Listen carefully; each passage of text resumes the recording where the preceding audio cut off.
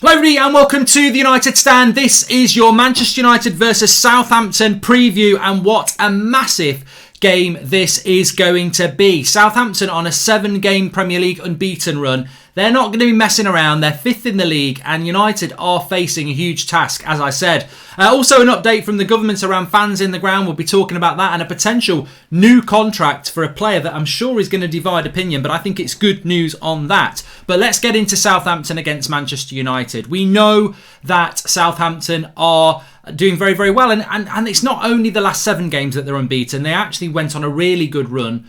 A bit like us, you know, when lockdown ended in June to the end of the season in August, I think they won quite a few of those games as well. So Southampton are a very consistent team over the last few months, and they're going to cause Manchester United problems. They don't have Danny Ings, they don't have Nathan Redmond. They do play this sort of 4-4-2 system, but it's based on a high tempo, like I say, quick movement of the ball, well organised, very good coach in Ralph Hasenhüttl, however you pronounce it. And it's going to be a challenge for Manchester United, and it's a challenge they cannot afford to draw. I'm not going to say cannot afford to lose. We cannot afford to draw. This is a game we've got to win. And because of that, that team on the left cannot be the team. There's a very high chance it will be. That's the team that Solskjaer seems to revert to. He did it against Everton. It was a little bit similar against West Brom. Obviously, Matic played instead of McTominay. But he cannot go with this team because the way Southampton play, they will force us up the pitch. We will sit deep and we won't win the game unless we catch them on the break. But we won't. You know, we didn't work last season. I don't think it'll work this season. So we've got to be more offensive. We've got to almost go toe to toe with Southampton and accept, look, it could be 4-3, it could be 4-1, whatever. You've got to go on the front foot against Southampton because they will go on the front foot against us. They're almost in a position where, and I think this is why I think Manchester United can get a result. We're playing a team a little bit like Brighton last year around this time of the year, where Brighton were doing really well and it was almost a shot to nothing when they came to Old Trafford and they had a go and we beat them 4-0. And I think Southampton are in that situation. They're exceeding expectation. They've not lost in their last 7 games, and they've almost got a free hit at Manchester United on Sunday afternoon. And I think they'll have a go at us, but I think we can hurt them if we have a go back. So look, for me, very, very simple. McTominay, you've been highlighted. Get out. It's Donny van der Beek. And also, but this is the problem. This is the problem. There is a solution here where you could do this. You could put Donny van der Beek where Mata is there, and you could then play Matic or McTominay in that hole there. So that would work. I've got no problems with that necessarily. You get your shield, but you also get Donny van der Beek in the team and you don't get Juan Mata. However, for me, I think that you've also got to think about the PSG game as well. I think that it might be a game to well, look, you can't start Juan Mata. You cannot start Juan Mata in a game like this, and I don't think you can start Juan Mata against PSG. So he's probably going to start Juan Mata. I'd love Jesse Lingard to be back. I'd give Jesse Lingard a run out. But personally, I think actually we're not going to play offensive against PSG. We are not going to do. Where is Juan Mata? I just want to get Juan Mata out of the team. It's causing me to just panic a bit here. So Marcus Rashford, come on down. So I want to take Marcus Rashford, I want to put him there, and then I want to take Anthony Martial, and I want to put him there. And that's basically how I'm lining up against Southampton at the weekend. That's the team I think we should go with. I think he might play Mata and McTominay and make us quite defensive, but I'd go with this team against Southampton because you've got Greenwood on the bench, he can come on. And against PSG, my concern is you can't keep playing the same team every game. And although I think that's our best team, against PSG, we're not going to play Rashford, Cavani and Martial against PSG. We're probably going to play a 5-3-2 or a diamond or something like that. So Cavani will probably go to the bench anyway against PSG. So play him against Southampton, go more on the front foot and look, Southampton are going to attack us. They're going to play with high tempo. We need to do that as well. Now, Southampton this season, they've conceded, how many they've got? They've scored 13 and they've conceded 13. Sorry, they've scored 17 and they've conceded 13. So they do concede goals, as do we. I think my score prediction, I know I'm wandering all over the place here, but my score prediction is 1-1. I think it's going to be a draw, and I think that's a terrible result, and I think it leaves the door open to criticism. We're not in a situation where drawing games is a good thing for Manchester United at the moment. We need to win. We've got to win in the Premier League. We can draw in the Champions League, that's fine, get through. But in the Premier League, we've got to win. We've got to beat Southampton and we've got to beat West Ham. Yeah, we've beat Everton and West Brom, but we need to go on. From the start of the season we needed to go on a run of 4 wins, and we've got to get those 4 wins ahead of that big game against City. So he's got to win on Sunday. And I think it, again, a lot, Ollie in crowd, they're like he's safe. Ollie out crowd are waiting for him to slip. I would say this, that he's not safe because he's got 4 games in the next 4 games, funnily enough, where any loss will be scrutinised hugely. Doesn't matter what he's done against Istanbul and West Brom and Everton. If he loses in the next 4 or 5 games, they're going to be scrutinised hugely because they will be catastrophic losses in many ways. If we were to lose to Southampton at the weekend, we're in trouble because we're playing catch-up. If we were to lose to PSG, there's a load of pressure on us. Leipzig, there's a load of pressure on us. So he's got to go and win against Southampton. He knows, and this is the test for Solskjaer and his coaching staff, we know how Southampton play. You all know how Southampton play. You might not watch them, but you know how they play. They will play a high tempo. They will move the ball about. They will play out from the back, and they will try and exploit spaces. They're well coached. And look, again, I would agree with people. Imagine what a Ralph Hasenhüttl would do with a Liverpool or a Manchester United or an Arsenal with better players.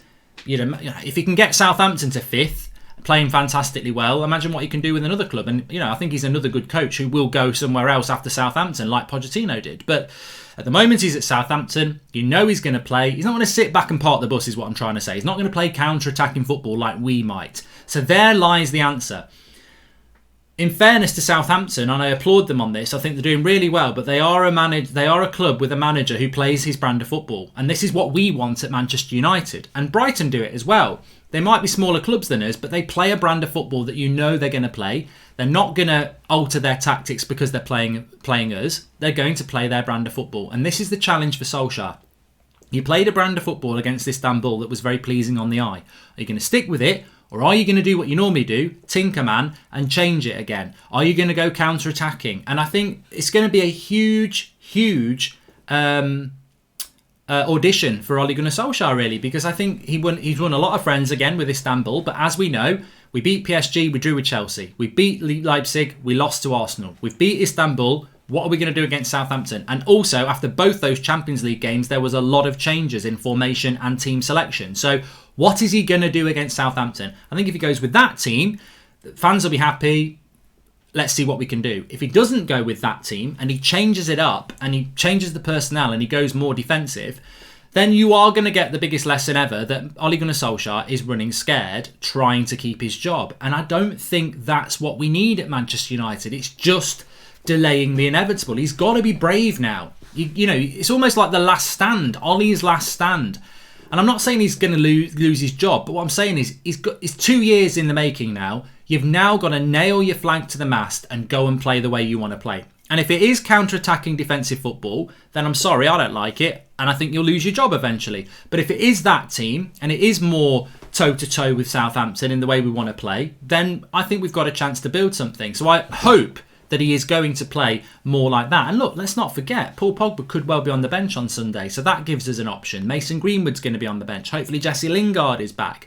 Let's start to get a bit of squad depth. But be interesting to see what he's going to say in the press conference tomorrow about injuries. But I think that's the team to go with, which is basically the team he started with against Istanbul. But that's not going to happen. I can see Juan Mata rolling back into town, Scott McTominay coming back into that midfield. Doesn't mean we won't beat them. Doesn't mean we won't beat them with Mata and McTominay in the team, or Matic or whoever.